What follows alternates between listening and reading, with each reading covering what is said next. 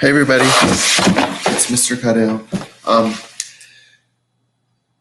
In my opinion, today is when the class starts. It's just been a review of bonding of atoms. We did water. We've been looking at organelles. We've been looking at cell structure, mitochondria, organelles, things like that. We did biochemistry with all the four major macromolecules. Finally, today, I'm not going to say the class starts to get hard, but it is just different.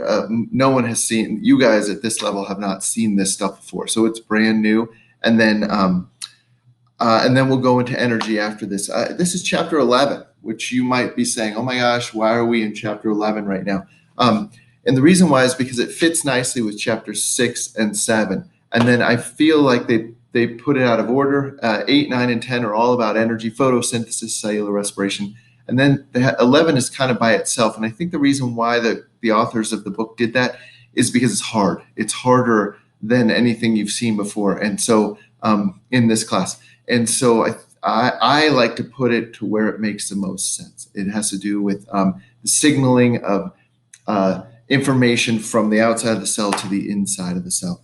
I'm going to tell you there's one primary spot that you really need to focus on in this first portion of chapter 11, and it's this. It's pages 215, 216, and then this banner over here on the left of 217. Make sure you write yourself a note. It's equal to the stuff in chapter 5 that I wanted you to really highlight at pages 81 and 82. So please, please, please, please read this.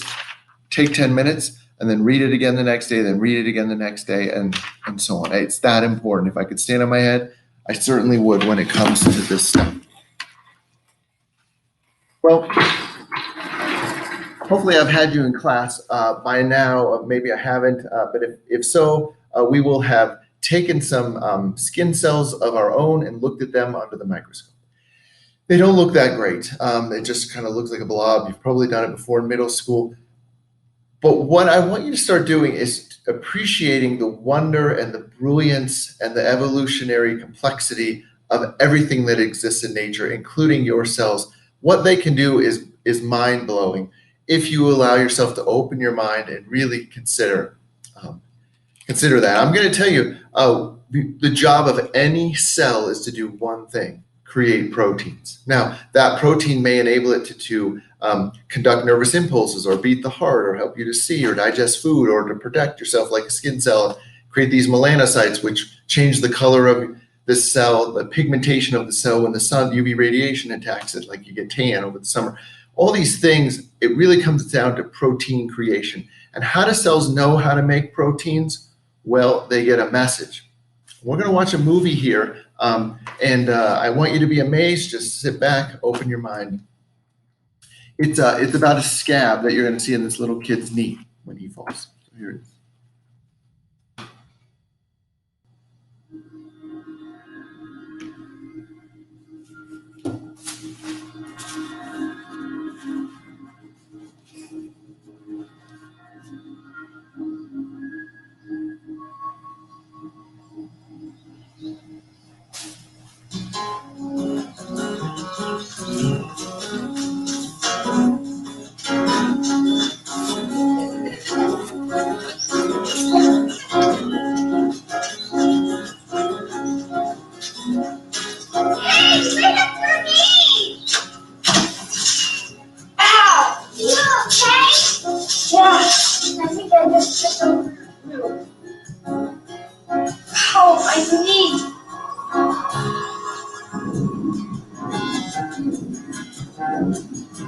Your body is an incredible living system made up of billions of cells. We're following blood cells as they're propelled through a blood vessel toward the boy's injured knee. If you're hurt, your cells work together to repair the damage. They communicate using their own language of chemical signals. Now, we've arrived at the wound site. Blood cells are flowing out of the broken blood vessel ahead.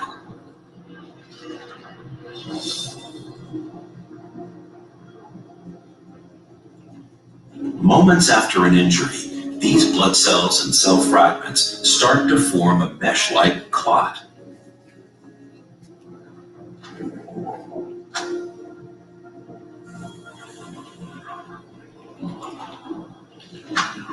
Many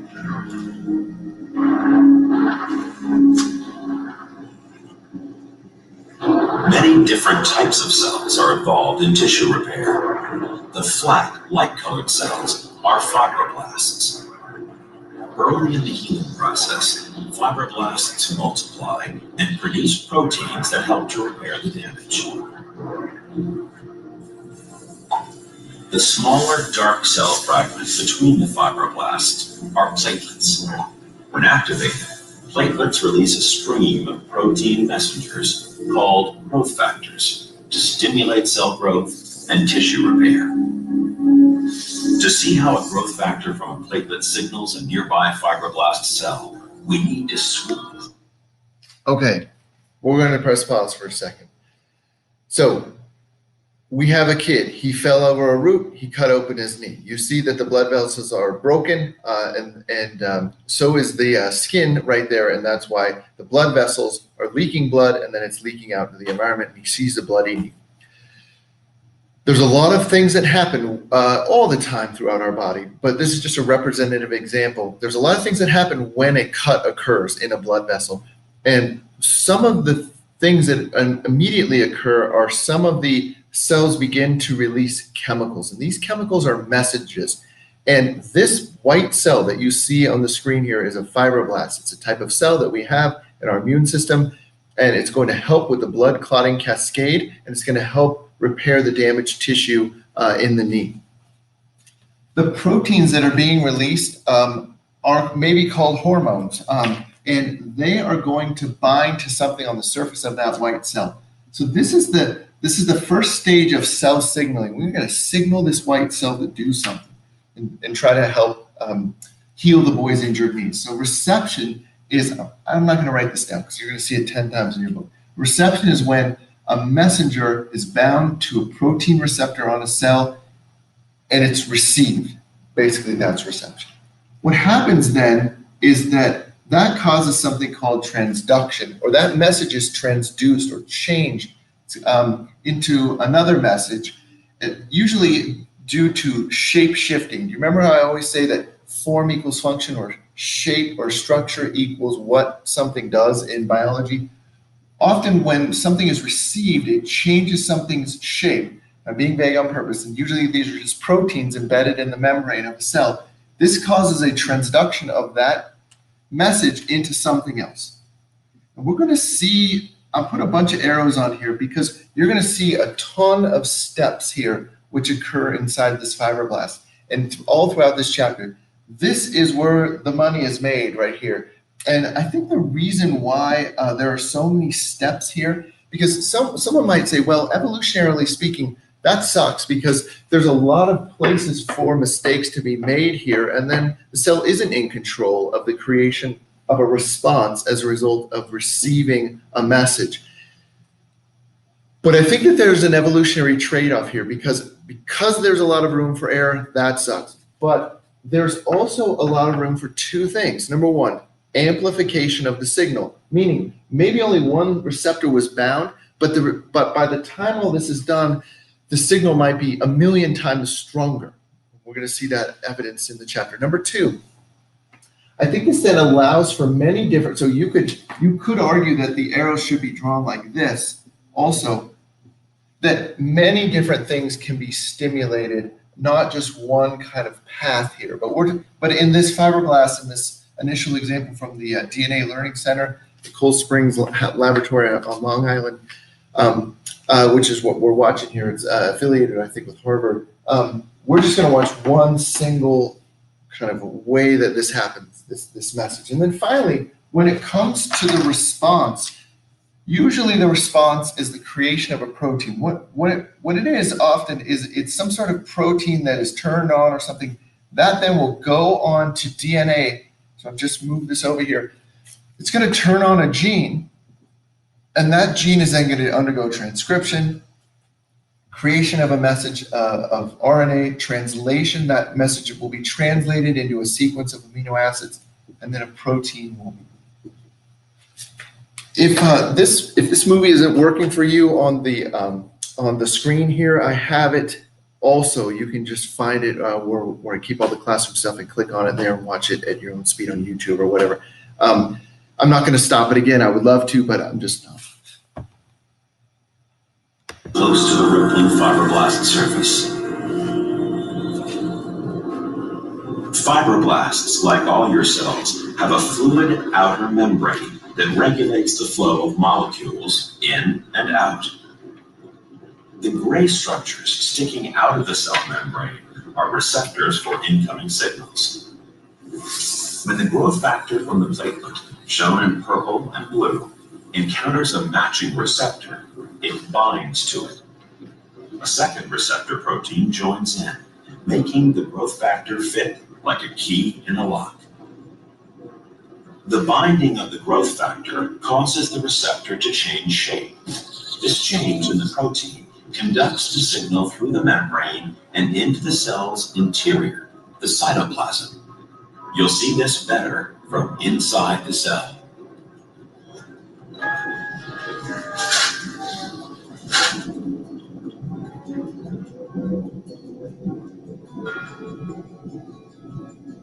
Beneath the cell membrane, you see the gray receptor ends surrounded by pink fibers. These structures help to give the cell its shape and a range of messenger proteins that will carry the signal through the cytoplasm. All these steps, active, as shown by the yellow flashes of light, the ends of the receptor interact with the messenger proteins. are these transduction steps. All these arrows is what you're seeing up here. Change, change, change, change, change. The message is being changed. We received it on the outside, and now we're inside the cell, and all these steps are happening. Now, we'll watch the action again from our position in the cell's cytoplasm. The growth factor binds the receptor proteins outside the cell, drawing the receptor ends together. The signal is transmitted through the cell membrane, and each new protein is activated in turn. If you look closely, you can see the proteins change shape as they become activated with the signal.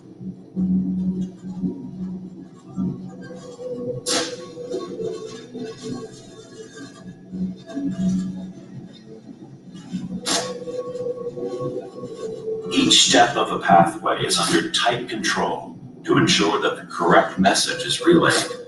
For example, as this white protein accepts the signal, the blue protein comes in to deactivate the red one.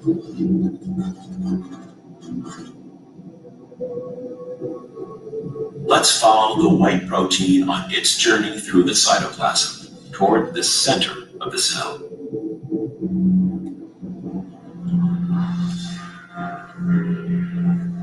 As we follow the signal to the nucleus, you'll see it passed from messenger to messenger. The first exchange is with this brown protein. The second will be with a purple protein in a few seconds' time. Although we're only following one path, a single cell has many different ways to transmit signals through the cytoplasm. The fibers, shown in green, are part of the cytoskeleton. Like the pink fibers you saw before, these give the cell shape and help to organize its contents. Crawling along the fibers are motor proteins that reshape the cytoskeleton and help this fibroblast cell to move.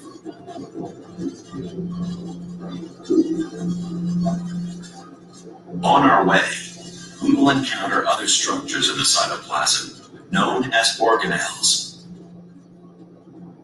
On the right, you see glowing organelles called mitochondria, which generate energy for the cell. The activated protein passes by a network of membranes, here in light brown, known as the endoplasmic reticulum. The protein is transported into the nucleus through a pore in the nuclear membrane.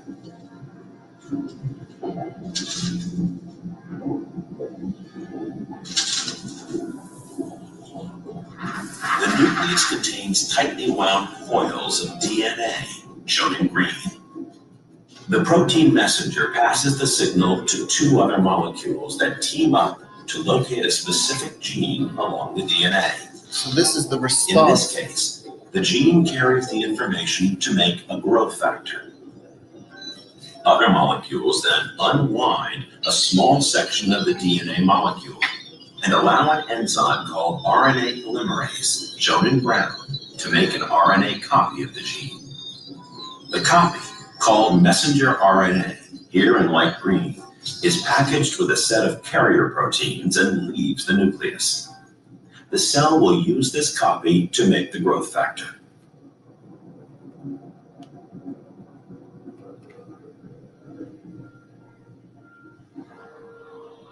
Now, we'll follow the messenger RNA copy back out of the nucleus to see how a new protein is made.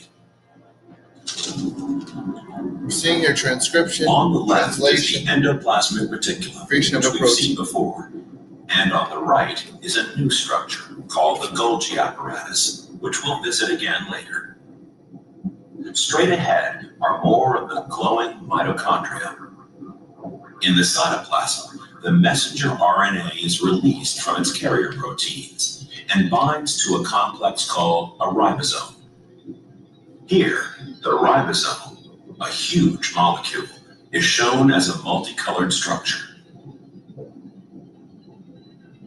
The ribosome reads the information encoded in the RNA and assembles a protein from amino acids found in the cell.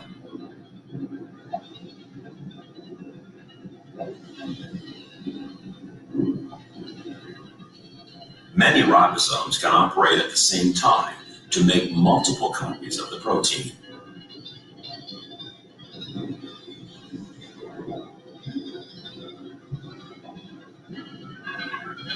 The ribosomes anchor on the outer membrane of the endoplasmic reticulum. If you look carefully, you can see the ghostly shapes of the newly made proteins accumulating on the inner side of the membrane. Once the job is done, the ribosomes and RNA part company.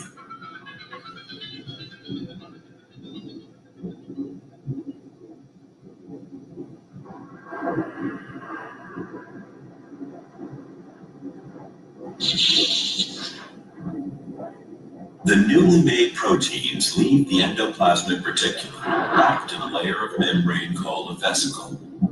They travel toward the Golgi apparatus on the right, where the proteins are modified and sorted for transport.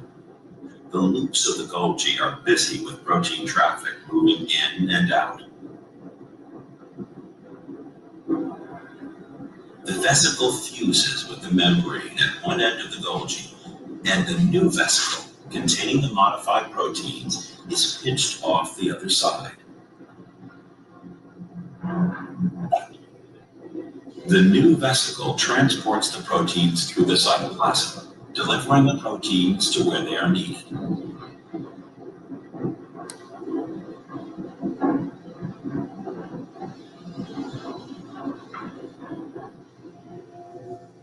Some proteins are used inside the cell.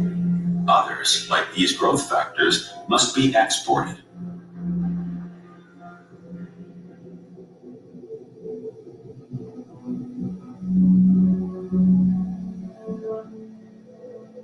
Here, the vesicle fuses with the cell membrane, dumping the proteins outside the cell.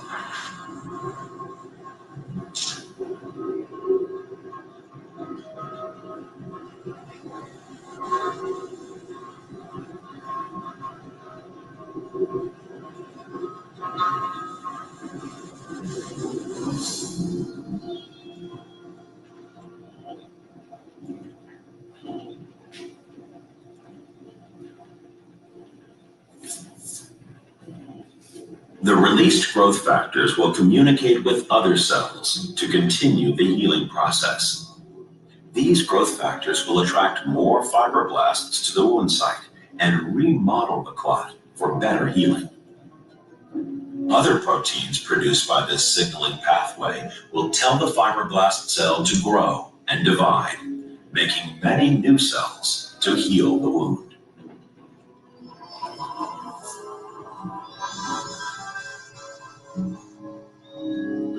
With the cooperation of many different cells, damage to the injured knee can be quickly repaired. I want you to be in awe of your body, of every single little insignificant cell that you have. It's just amazing. I will tell you, with the exception of energy, cellular respiration, photosynthesis, and then enzymes, that's it. That's the whole semester right there. You saw chemistry, you saw macromolecules, you saw organelles, you saw this flow of information, this whole central dogma of biology. That's it. We're just going to go into more detail into this process. And like I said, this chapter is dealing with this signal transduction portion of the process. Be in awe, have an open mind. I find that kids who let this class wash over them and they're curious and they're excited and they have wonder, those are the ones that enjoy it. This class can be pure drudgery, like any class that's an elective, hard college class, if you let it be. If you are always behind on your assignments, if you're dying, if you're like, oh my gosh, I don't want to do this, that's fine. Maybe you feel that way. Maybe some of those other kids felt that way, but they just decided, I'm going to learn, I'm going to be an architect or a philosopher. I'm never going to take biology again. So just learn as much as you can right now. And I think it really applies to our bodies. I'll be quiet. Here's chapter 11. Today we're just going to talk about 11.1 and 11.2, and then 11.3 and 4 we'll do the next time I see you. Here's the first picture that you'll see in the textbook, and this just talks about messages that don't use this signal transduction pathway. Sometimes little chemical molecules can literally go right through cell membranes to another cell. This happens in a lot of areas of the body where cells. It just happens in a lot of areas of the body. I'm thinking mostly on epithelial tissues, like on the skin or the linings of stuff. You can see here in the upper right corner of the picture, those are between plant cells. Those holes aren't called gap junctions, they're called plasmodesma, where chemical messengers can just go right through. I'll show you an example. Here are some epithelial cells on the skin, and messages can just go between cells through little holes, gap junctions in the cell walls. Down here at the bottom, cell recognition, cell-to-cell recognition. This happens when I see this picture, I think of the immune system. I also read earlier that it happens in the development of an embryo in mama's oven here, the baby. So that lots of cells do this as well. There's other local signaling, these local signaling scenarios, and one of them on the left side here is called paracrine signaling. Again, when I look at this picture, I think of T cells, helper T cells, killer T cells, cytokines are the little red dots there that are going. Those are the chemical messages in the immune system.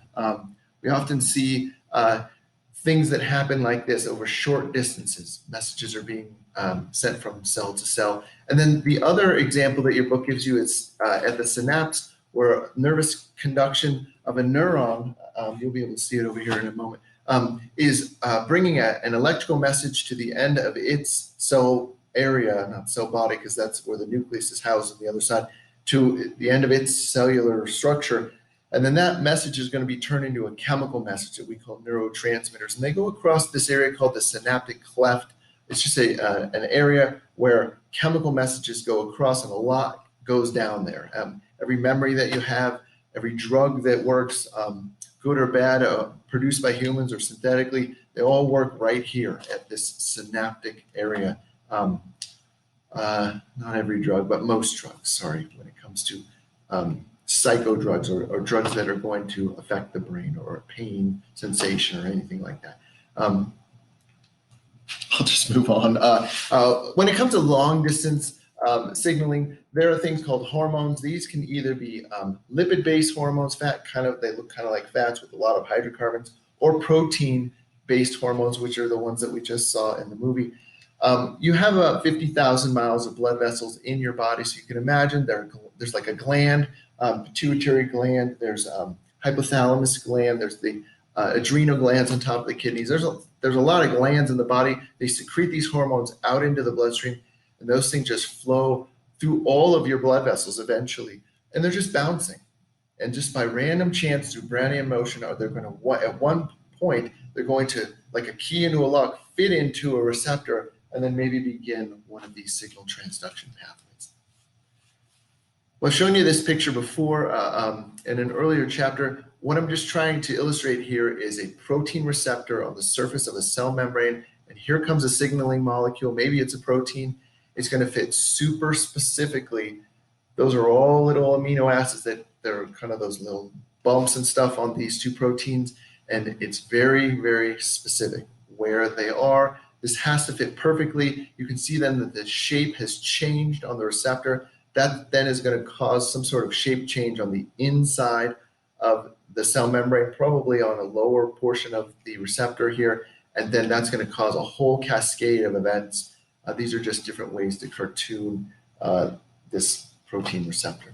So here it is, signal transduction pathway. It's a series of steps by which a signal on a cell surface is converted into a specific cellular response.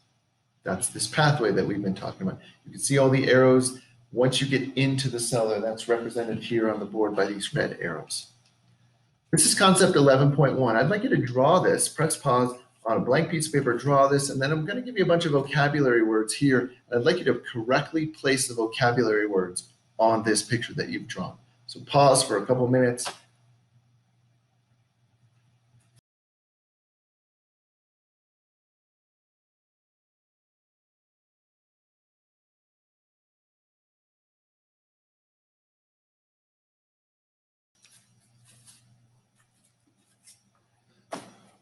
Well, this should be a review. In terms of at least the reception, you can see way over here on this picture that there's a protein-based receptor molecule in the membrane of a cell, and there's a signaling molecule. You'll also see the term ligand is just a general, I guess, vague word for these signaling molecules, and then it's going to cause, you can see all these arrows going down, and you can see signal transduction. It's going to change that signal. We saw this in chapter 7.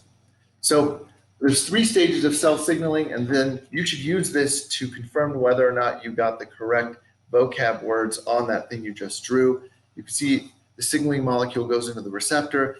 There's all these changes that occur. Things get phosphorylated or shape change or things like that, and they're going progressively away from the cell membrane towards the nucleus where the response then will eventually occur. And like I told you, usually that is the creation of a protein via transcription and translation. I'm going to stop. I'm going to stop. I'm going to show you a movie, and then we're going to go over this. A molecular signal sent by one cell is processed and converted into a response by a series of steps known as signal transduction. Signaling molecules bind to specific receptors within the membrane. The signaling molecule bound to the receptor causes the release of a second messenger molecule into the cytoplasm. The signal is relayed through a series of molecules by chemical or conformational changes. In one type of signal transduction, the transfer of a phosphate molecule relays the signal. A cascade of phosphorylations can amplify the original signal.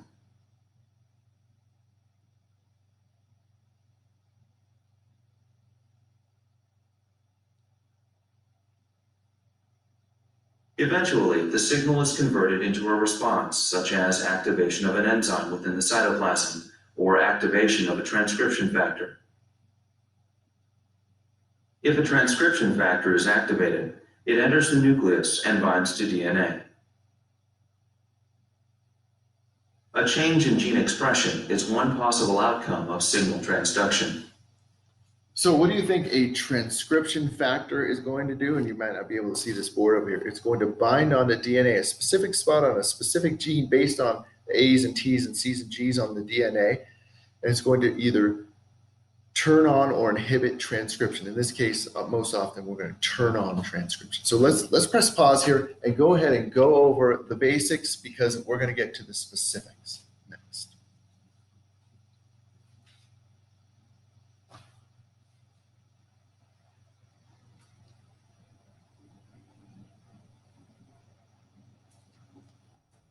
Well, okay, let's just talk about the first step in this pathway, reception. We'll get to the next steps 2 and 3 the next time I see you.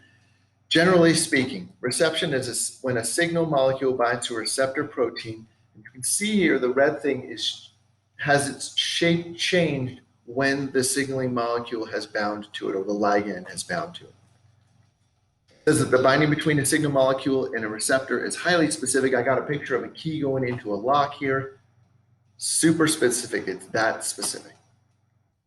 So the idea is that it's the DNA, which the sequence of letters on DNA, which creates the codons in the mRNA, which then creates the amino acids, which are in sequence, which folds into a particular protein. And so if you have any mutation in DNA at all, you may get a misshapen protein, and therefore something may not bind to a specific receptor and cause one of these responses to occur. And that often results in symptoms that people have.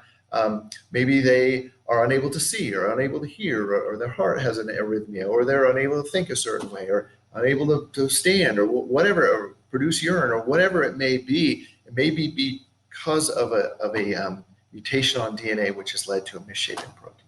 So let's get to some specifics. And here's the first one. This is called a G protein coupled receptor. I'm just going to try to give you some real world relevance here, although Duke and Stanford are kind of stratospheric for most of us. There were two professors, this was a couple years ago, they won the Nobel Prize in Chemistry for figuring out a bunch of these different shapes of these G protein coupled receptors. Your book is going to tell you that there's 1,000 different ones that we have in our brain, in our body. We're over here on page 215. I'm going to write up here that these are used by cells in vision, hearing, and embryonic development. You can imagine that with 90% of your sensory input occurring with your vision, and then another 5% or so with the hearing, and then the other 5% with the sixth sense, like your aura, whether or not someone's energy is vibing with, okay, just kidding. You can imagine that this is pretty important. And then also, these are most often neurotransmitters or hormones, which are going to bind these G protein coupled receptors. Just understand that you have a lot of different types and that they're very important in the body. Here's kind of what they look like. And what I'm trying to illustrate here by showing you this picture is that there's a lot of these alpha helices, right? We see that. We can see these kind of loops of the protein. And remember, at every point on this protein that is embedded in this membrane, there are amino acids. So you can imagine the DNA sequence, which created the, let's say, 2,000 amino acids that are in sequence that have folded into a certain shape here. You can imagine that the DNA has created amino acids in certain areas of the sequence which are hydrophobic. Those are the ones that are embedded within the hydrophobic tails of the phospholipids that are embedded in the membrane. Also, likewise, amino acids 75 through 79 are hydrophilic because they comprise maybe the loop that goes over the top, which is on the outside of the cell, or on the bottom of the protein, which exists in the aqueous environment, which is the cytoplasm on the inside of the cell. So you can see how specific this is. And then finally, 3/4 of the way down the protein, you see what they say in black there, the segment that interacts with G proteins. That thing has to be super specific. And I just want you to be overwhelmed by how important all this is and how specific it all is. And then finally, in the last 10%, you see the signal molecule binding site there. Super specific again. I think it's amazing. It blows my mind how any of this all works because you have 50 trillion cells and they all have these types of signaling molecules, maybe tens of thousands of them on the surface of each cell, and they're all specific and they all work, and it's wonderful. I don't know how it works. I think it's wonderful. One thing that's important with the G protein coupled receptors, and this is why they're called G protein coupled, is because they use GTP as their energy source, not ATP. And let me show you the difference. So we know what ATP is. It's adenosine with 3 phosphate groups attached to it, but instead of the nucleotide adenine, which makes up a component of adenosine, they use guanine. Ask me why, I don't know why. Maybe the Nobel Prize people know why. Let's do this. Go ahead, press pause, and then try to work your way on page 215 through these steps. You can even read the whole page. You're going to have to read it, and I said read it every day. So press pause.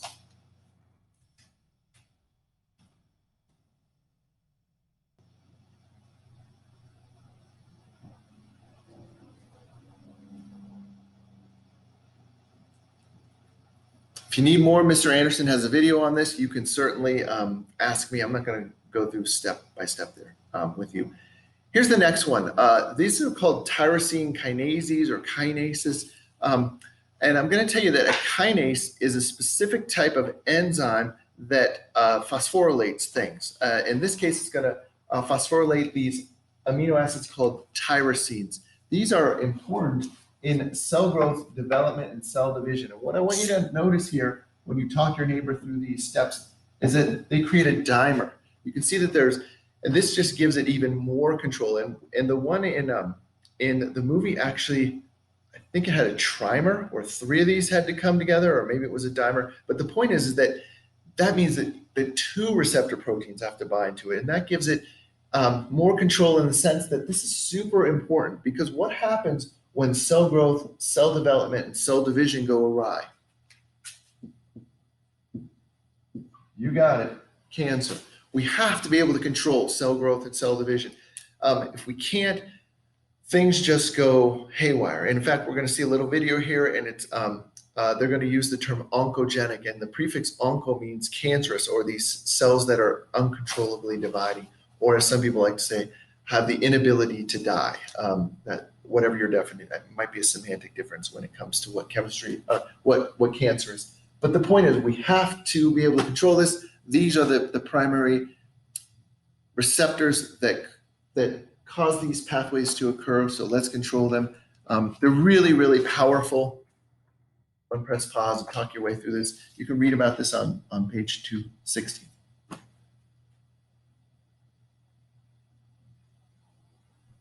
A couple other things I want you to notice here is that you remember how earlier I drew arrows going away, not just in a straight line in my initial example.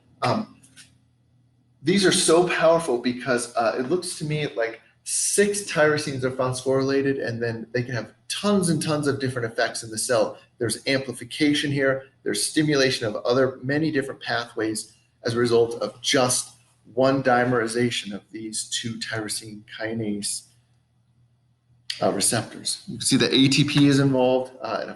These tyrosines are phosphorylated, just stripping off one of the phosphate groups from the ATP, and ATP is produced.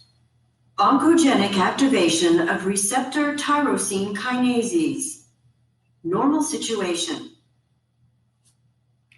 When growth factors, shown in orange, bind to the extracellular domains of their receptors, the receptor monomers dimerize. The cytoplasmic tyrosine kinase domains of the receptor monomers are activated, and tyrosine residues of the cytoplasmic domain are phosphorylated. The phosphotyrosine residues lie within amino acid sequence motifs, which are recognized by SH2 domains of several cytoplasmic proteins, shown in green. The receptor tyrosine kinase may phosphorylate the bound proteins, creating additional docking sites for SH2 domain-containing proteins, which themselves regulate the activities of other proteins. In this way, a signal cascade is initiated.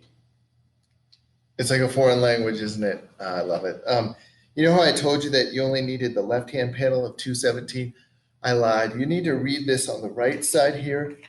And then here's number 4 over here, these steroid intracellular receptors. We'll get to those in a second. This is on page 218 of the 10th edition. So these ligand-gated ion channel receptors are used by cells in the nervous system. Let's think about this. What's an ion?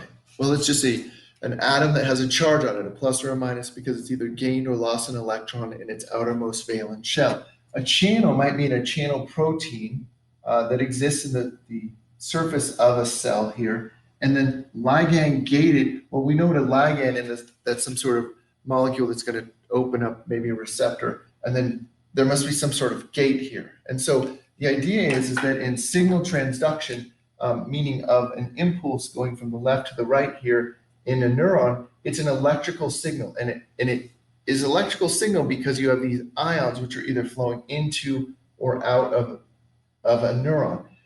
We have these ion imbalances which are created as a result of these pumps, like the sodium-potassium pump. And so we have a situation where there's like more negative, and then I'm just putting positives out here, more negative on the inside of the cell than on the outside. And the reason why that is because potassiums are pumped in and sodiums are pumped out of the cell in order to set up this imbalance here, so that we have this kind of, it's called the membrane potential, this potential of this kind of imbalance and a potential for these to move away from their friends via diffusion because they're upset, they all have the same charge, plus they're around all their buddies and they want to get away and disperse as far as possible. So the idea is this, is that as a message goes from left to right here, I'll use a different color, these ligand-gated ion channels will open. So something will bind here on this channel, and then it will allow, for instance, the sodium ions to come rushing through here and then change I'm making these into pluses, and then I'm not going to talk about the potassium because we're not in the nervous system yet. But the point is that it will change the electrical character of this cell, and the idea is that there was a ligand that opened up a channel that has a gate on it for ions to flow through it, and that's what's happening here. Go ahead and press pause and try to talk your way through these steps.